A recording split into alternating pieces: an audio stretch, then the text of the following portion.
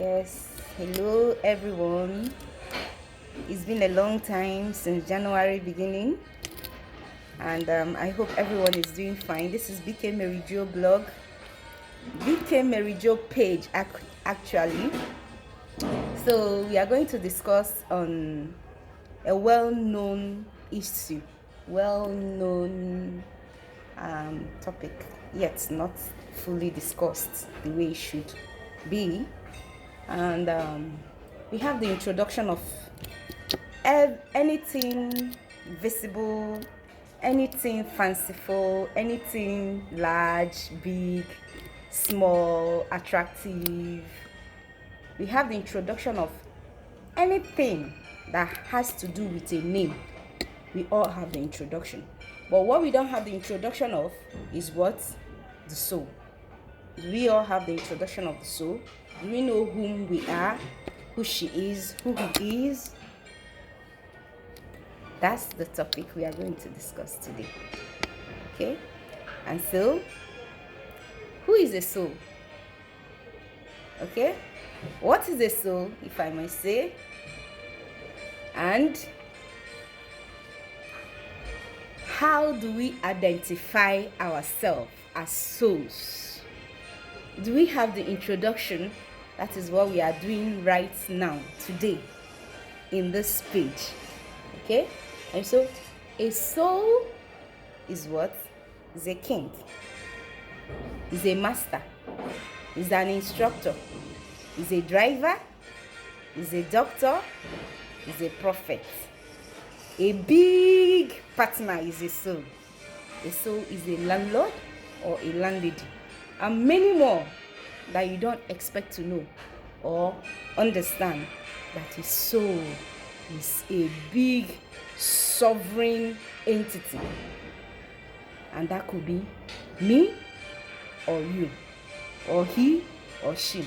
When people say, do you know who I am? Do you know what I can do? Do you know this, that? Who are they depending? The master, that king, that shaman, that cheerleader that is inside our body. They are depending on themselves. Okay, so this topic is going to be very interesting, right? Okay, so if we have identified the soul apart, let us identify the body. Though the body is not our topic, but yet we are going to equate the two. The body is what? A subject. When we have a king, we have subject, right? The body is what? A slave. When we have the master, we have a slave. The body is what? A passenger, or what? A property. When we have the soul as the captain.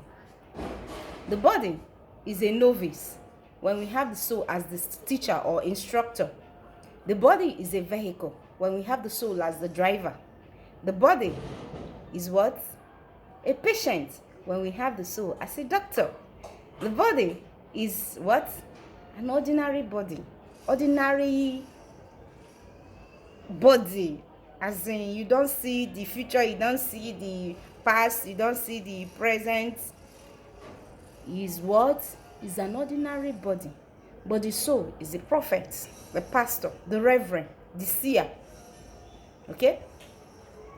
The body is what? A small partner. Small partner. It has little contribution to the big partner. That's the soul. The body is what? The house. Why the soul is the landlady or the landlord. Okay? So these are what? The comparables between what? The soul and the body. Okay? So now who is this soul? We say the soul is the king, the master, the driver, the landlady, the landlord, the instructor, the prophet, teacher, or what have you. Why the body is the subordinate. But in our world today, we have turned the subordinate on top and put the what? The master, the king, the driver, the instructor, the president, the landlady, the landlord. We have put the soul beneath, and the what? And the subordinate, the slave, the novice, the vehicle, the property, the house is on top, riding the master. That is why what?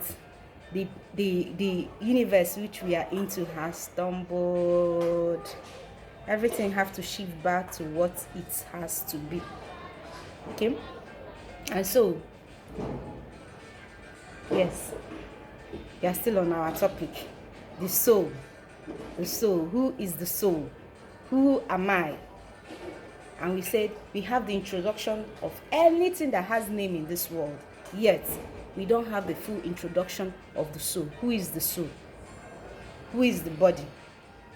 Most times we have taken ourselves to be this body we are looking at because it's matter, it's visible. You can touch it. You can make something out of it. And then the master who have chosen to be quiet, to be incognito, to play in a low tone has been what? Submerged. Okay, so we have thoughts, we have feelings, emotions, characters, and habits that we tend to pronounce as our personality. Yet, the bodily frame, which we think that we are, depreciates and is buried. So, who stands? Who still stays? Who gives way and who stays? Who gets to live and who gets to stay? Okay? So, we are trying to know who the soul is. Okay? Is the soul the being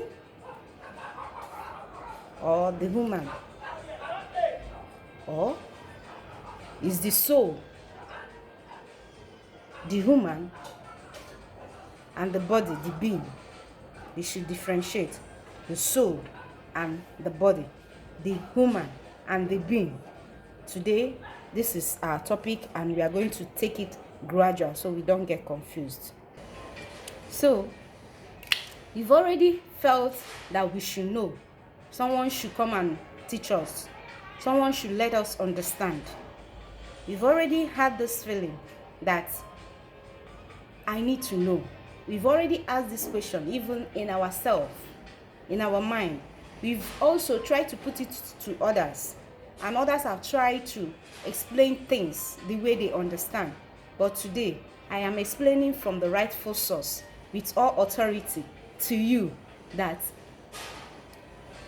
there is the mistake that we make, and this mistake is that there is need for us to recognize through truth. If you see truth and you are yet questioning it, could this be? No. But if you see truth and ponder it and milk it out and tumble it, weigh it,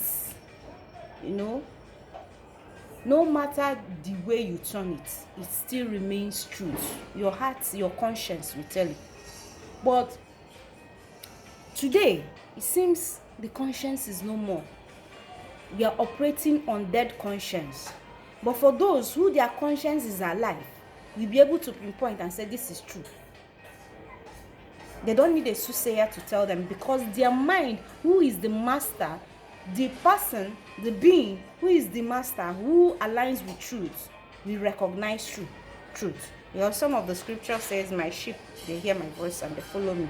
So it's like you own truth. Truth owns you. Okay? So we try to judge people. Okay? The aspect that I'm bringing out is that we try to judge people. And that judgment is always that people of same gender have what? Nudge. Like a girl and a girl have a nudge. They have emotions. To take a bold step in marrying each other. Okay? Does it mean they are not having same feelings that a man and a woman had. I have a girlfriend, okay? And this is my girlfriend. I can do so many things for her. And she can also do so many things on her way that is within her reach for me, okay? But if we decide to take it a step further, it becomes judgment for others. If a step further, I mean, is that if you decide to start getting married to each other because we want to express our feelings of love and say, oh, okay, let's get married, then the society will what? Jeer at it, laugh at it, do so many things at it. They will even use knife if possible. If I'm still standing, if I'm still within their reach, they will put tire on me and bomb me. Because what is their judgment? Their judgment is that it's a sin.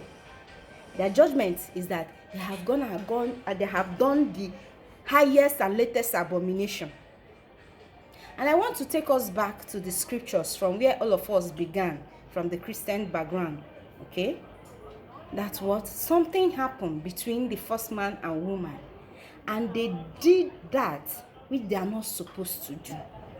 But before then, it was said unto them, before they actually did that, it was said unto them, go forth into the world, multiply, fill the earth. Okay? So, but coming back later, they now went against what is called the rules, and their eyes were opened to what? Evil. Is it evil or is it good? The aspects we don't understand, or we understand, is that it was out of the law. They went out of the law. And because of going that out of the law, there were punishments, there were curses. So, but the initial purpose was for them to fill the earth, to multiply. Okay? But yet, there was a curse, a punishment. In other words, what I'm saying is that if a man and a woman live together, they bore children, right? Then it wasn't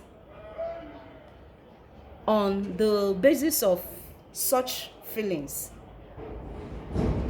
because a girl and a girl have such feelings and they adopt children. You see the difference? The man and woman bore children, but a woman and a woman, or a man and a man, wouldn't bear children. They do what? They adopt. But the same feelings that the man and woman had, and same feelings that the woman and the woman, or the man and man had, that gave them the nudge that they want to bring a look-alike, and they went to adopt on the basis of same feeling, but not on the basis of same act. So because the other one bore and the other one adopted, but it's the same feeling. So, but the other one that bore is tagged a good person, and the other one that adopted is tagged evil, demonic. Is not meant to be that way. So I want to know, if a soul is never of any gender, if a soul is sexless, no, I missed the point here. Okay, so what are we saying here? What we are saying is that those people, this group of people, they are now specimen. A man and a woman, A and B. A woman and a woman, C and D. Or let me say, C and C. A man and a woman, A and B. A woman and a woman, C and C. The two group had feelings for each other, and so in the societal eye, it's not what's correct for C and C to be entangled, as in go further. Like I said at the beginning, I have a girlfriend, is allowed. But when I decide, okay, Me and my girlfriend, we too love each other, make we marry ourselves. It becomes rubbish.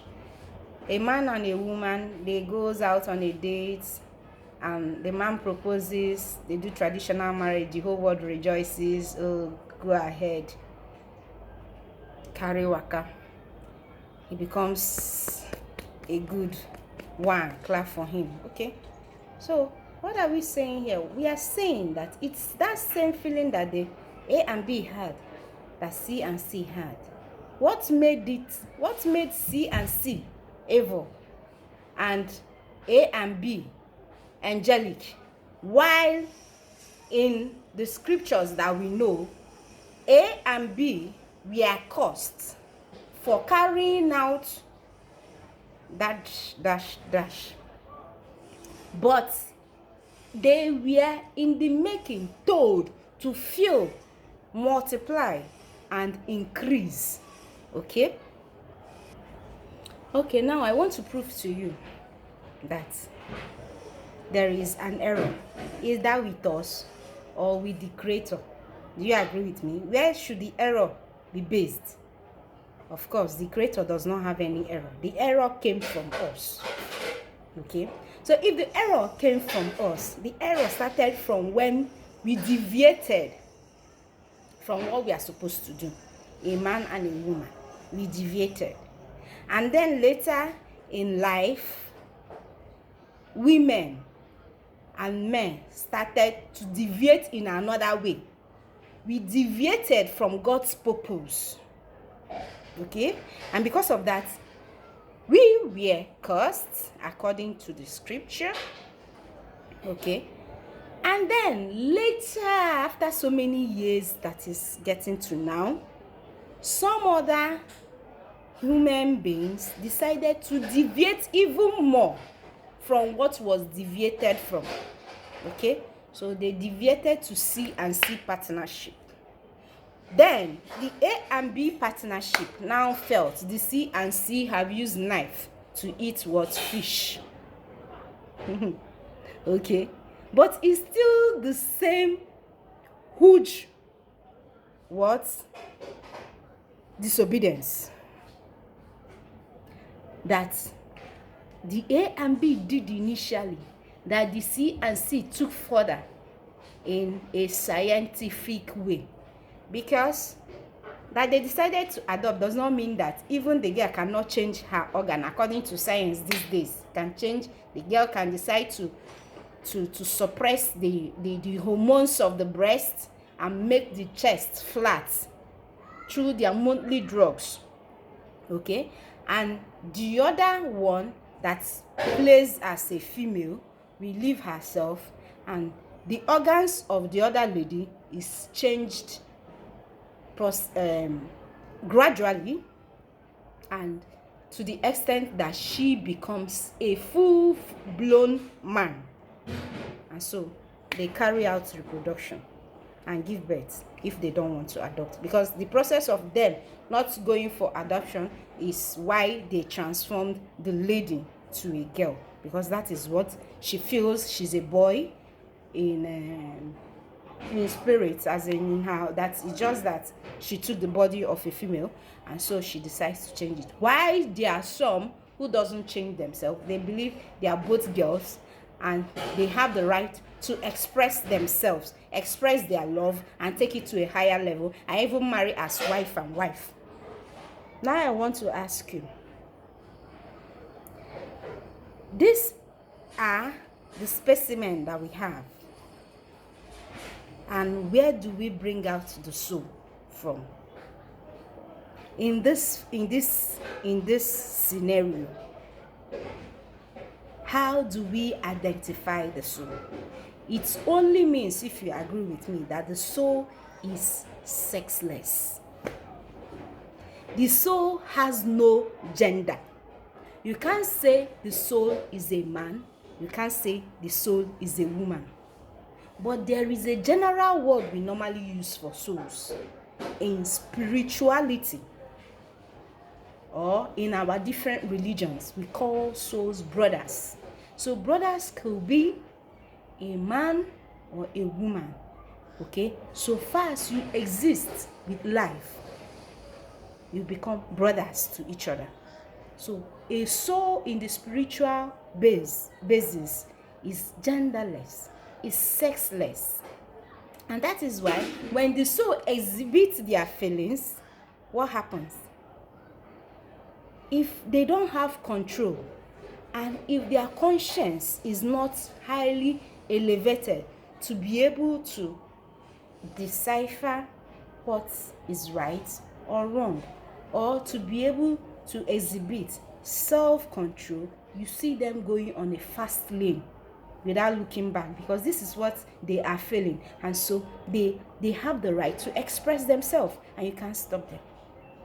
The only way such soul can retrace their step is gradual what?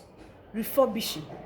You don't do anything by force. That refurbishing could be through spiritual awareness, or through a mentor that he or she loves or follow, or through somebody very close that he or she respects.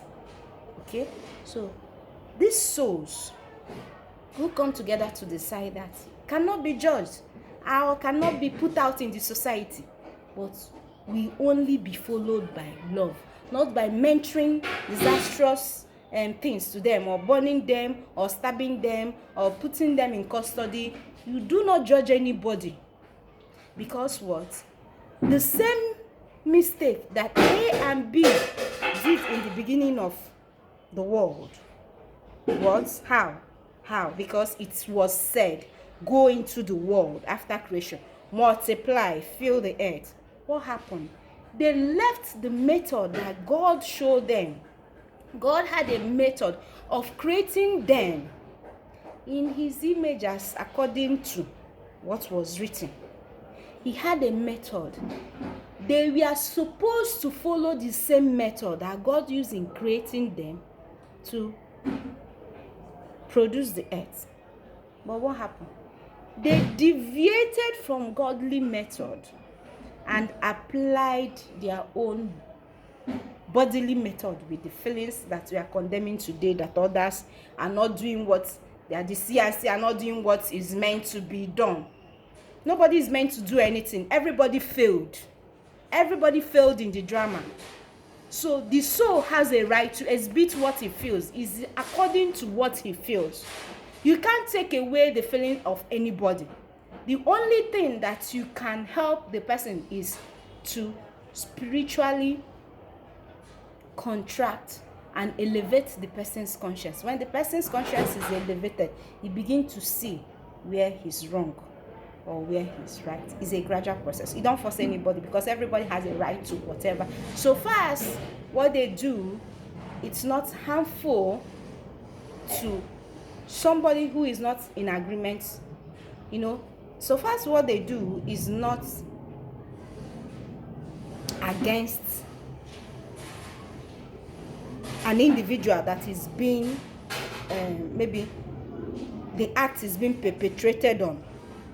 If it's a consented an agreed something, nobody is seen as being harmed there, because they went into it with their eye wide open, and they went into it with their two legs, and so they agree to it. It's only when this act is carried out on a minor, somebody who is handicapped, somebody who cannot speak for himself, somebody who is not in agreement or has the control of saying yes or no like a baby, is when you now come out for justice. Okay, but if it's two adults in agreement, you can't judge them. Let their sins be their judge on that day. So what am I trying to bring out about souls? Souls are masters of the body. Souls are the carriers of the feelings. Okay? So, what am I saying? Souls are carriers of the feelings, like I said before. It is a must that all soul has what is called ingredient of love, because their master, the Lord, the highest and the ocean of authority, is love. So it's expected that all souls love. It is what? Their high characteristics, love. Oh yes, he created them out of love, but that was his method he used in creating them. It was his method that they were meant to use also, like I said before, but then they deviated and used another method. The A and B used another method. The C and C graduated it. Okay, so why and how could you think a girl getting married or changing organs? Okay, we've talked about that part. Or how do we then say that is atrocity? Okay, it can be atrocity, but all is atrocity so far as you didn't follow the method that God originally had used for creating Adam and Eve. So everybody deviated. Okay, now in a nutshell, what I'm trying to tell you about soul is that a soul is no gender, a soul is sexless, a soul is an energy. Like previously, we understand it's a master of the body. Okay, a soul is conscious. A soul is a being. That means it's internal. It has been. A soul has been. Something that has been. It's not you that put it there. It has been there. Okay, that has been is internal. Okay, a soul is invincible. Let's compare it to the body right now. A body is unconscious. That is why we say dead body. Dead on arrival. It is dead right from fetus. A body is dead. It only forms and grows, but it is dead. Okay? What else? A body has never lived until the soul enters it. That is when it begins to live. And that is why a soul is called living soul. Dead body. Living soul. Dead body. Okay? A body is human. Like we said that a soul is what? A soul is invincible. A soul is living. A soul is a spirit. The body is human. A soul is a being. Okay? So if the body is human, from hue, what is hue? Hue means color. Man means what? Matter. Or earth. A body is matter. What is matter? Matter is anything that is big, anything that is large, anything that occupies space, anything that is visible. A soul is not visible. You can't see a soul.